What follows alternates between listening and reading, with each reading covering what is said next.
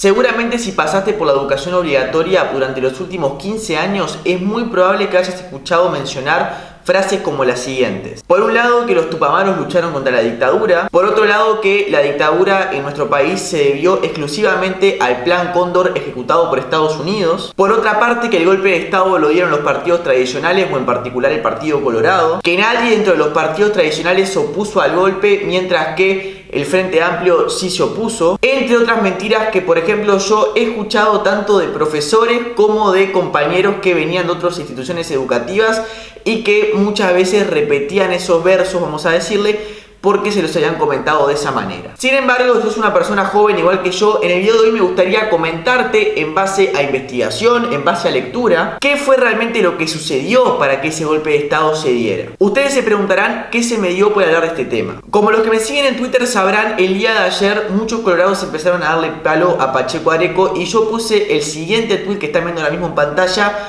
defendiendo al presidente Jorge Pacheco Areco, con el que tengo muchas diferencias, pero el cual creo que no solamente tuvo un gobierno constitucional, sino que hizo lo mejor para el difícil momento que le tocó gobernar. Increíblemente, muchas de las respuestas que me llegaron a ese tweet, incluso mensajes por privado de gente grande, según lo que es la visión de la mayoría de los historiadores serios de nuestro país, son comentarios que contenían pila de mentiras, muchos de los cuales contenían cosas como la que le dije al principio de este video. Por lo tanto, me gustaría hoy desmentir y contar cómo fue ese proceso. Antes de comenzar, quiero únicamente decirles que la persona que más me comentó sobre estos hechos, que es un profesor que tuve durante el año pasado, es una persona de izquierda. Y por más de que yo tenga algunas diferencias en base a algunos autores que yo he leído e interpretaciones que hago de la historia, esa persona, siendo del Frente Amplio, te reconoce que los hechos, como los voy a contar ahora, seguramente sean lo más acertado. Así que sin más preámbulos, yo soy Tigil Castillo, comencemos. Primero que nada, tenemos que ubicarnos en la situación que estaba viviendo el país en los años 60. Era un periodo en el que ya se había mostrado que el modelo Easy, este modelo que pretendía industrializar al país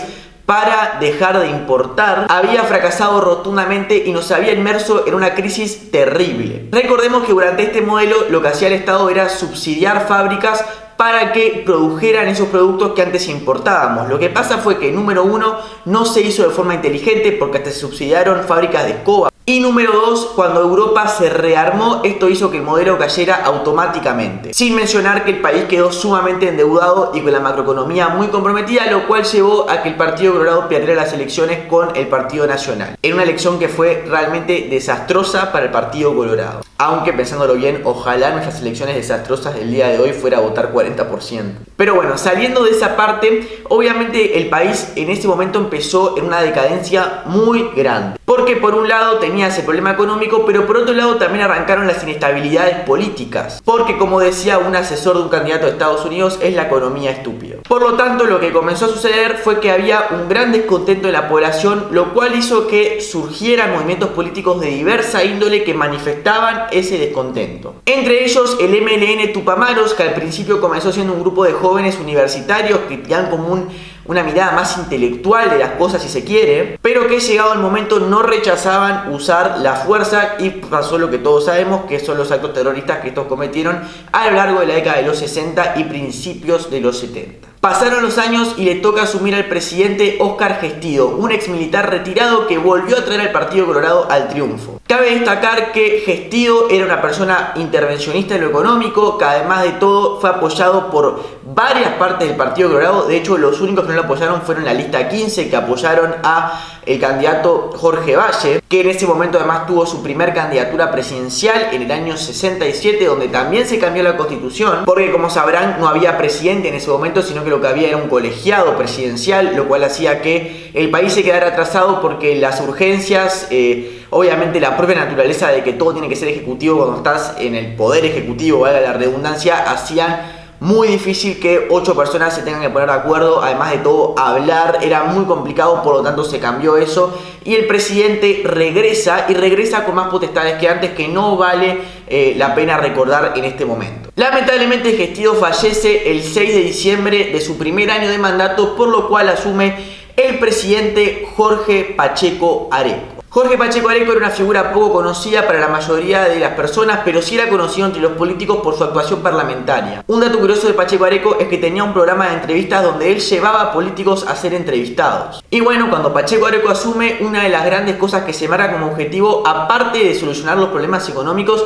es también querer acabar de una vez por todas con los sediciosos, es decir, con los tupamaros que estaban convencidos que la única forma de acceder al poder para la izquierda iba a ser mediante el uso de las armas, mediante el uso de la fuerza. Y así se comienza un largo combate que no se termina hasta septiembre del 72, en el cual el presidente Juan María Bordaberry logra de una vez por todas derrotar al MLN Tupamaros. Sin embargo, el país en ese momento ya estaba muy conmocionado, ya estaba muy mal. La gente vivía con miedo, ya no se creía tanto en la clase política, y eso fue obviamente que alimentando también el ego de los militares, porque como sabrán, la participación de los militares jugó un rol importantísimo a la hora de derrotar a los tupamaros. Por lo tanto, su popularidad iba creciendo y ellos también se sentían los salvadores de la patria. Y no lo digo únicamente yo, hay muchos testimonios donde propios exmilitares dicen eso y la propia ciudadanía pensaba eso. Y bueno, en febrero del 73 comienza la decadencia total mediante un acto de golpe de estado técnico. Cabe destacar que para ese momento el vallismo ya estaba afuera del gobierno de Juan María Bordaberry, y esto involucra a Jorge Valle, a Julio María Sanguinetti, a Amílcar Vasconcellos, etc. ¿Y por qué se da un golpe de estado técnico? Bueno, porque el presidente Bordaberry designa un ministro de defensa que no es reconocido por los altos mandos o por la mayoría de los altos mandos de las Fuerzas Armadas. Y ahí obviamente hay un acto de rebeldía, si se quiere, que sale de la Constitución, porque en verdad ellos tienen que acatar lo que el presidente diga. Por eso es que se dice o se habla del febrero amargo, donde ya comienzan a verse las primeras pistas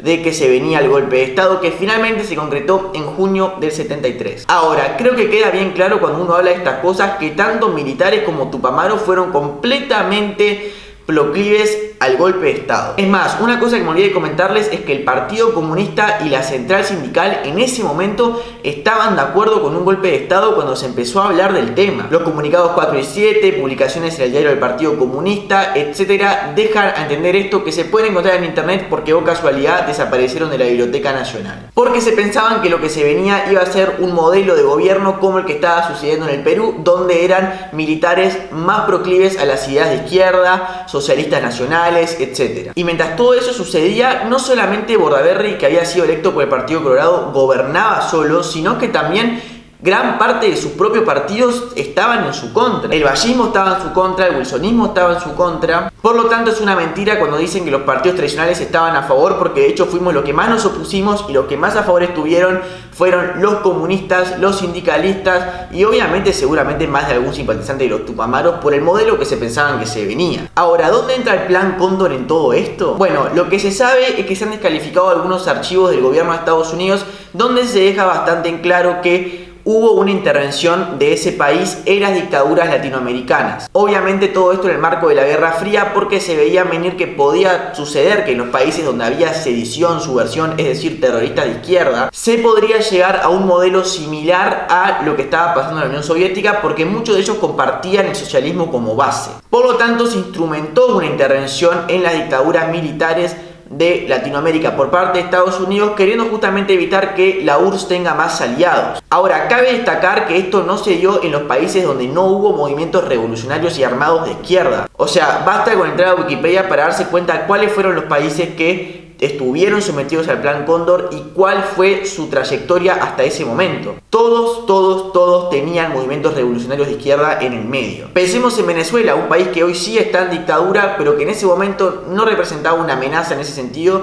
por lo cual no se instrumentó ningún tipo de ayuda a ninguna dictadura y vivían en democracia durante todos esos años. Tal es así que muchos uruguayos durante esos años emigraban a Venezuela. En conclusión, acá tenemos otro ejemplo de la falencia del sistema educativo uruguayo, donde los profesores con visiones sesgadas dejan bien parados a sus partidos contando mentiras. Y para que quede bien claro, por si no lo quedó, no defiendo ni a tupamaros ni a militares. De hecho, los dos fueron esenciales para que el golpe de estado sucediera, Aunque, como decía el presidente Jorge Valle, si no hubiera sido por los Tupamaros no hubiera habido golpe de Estado. Y de hecho, ya que tanto le gusta hablar del Plan Cóndor, con esto que les acabo de decir queda bien claro: sin movimiento revolucionario armado de izquierda no hubiera habido un golpe de Estado en el Uruguay. Le guste a quien le guste, le duela a quien le duela. Por lo que podemos decir que tanto Tupamaros como militares son cómplices y partícipes del golpe de Estado. ¿Por qué se creen que durante los gobiernos del Frente Amplio no se logró avanzar tanto como decían que se iba a avanzar en la investigación de hechos cometidos durante la dictadura? Porque obviamente hay un pacto de silencio entre militares y Tupamaros, tanto sobre lo que pasó durante la dictadura, pero también sobre lo que pasó antes de la dictadura. Pero bueno, creo que ese es un tema para otro video, y si están interesados, con gusto hablamos de ello. Yo soy Bautista Castillo, acá les dejo mis redes sociales, espero que este video les haya gustado. Si fue así, por favor denle a like, suscríbanse al canal para estar al pendiente de los nuevos videos,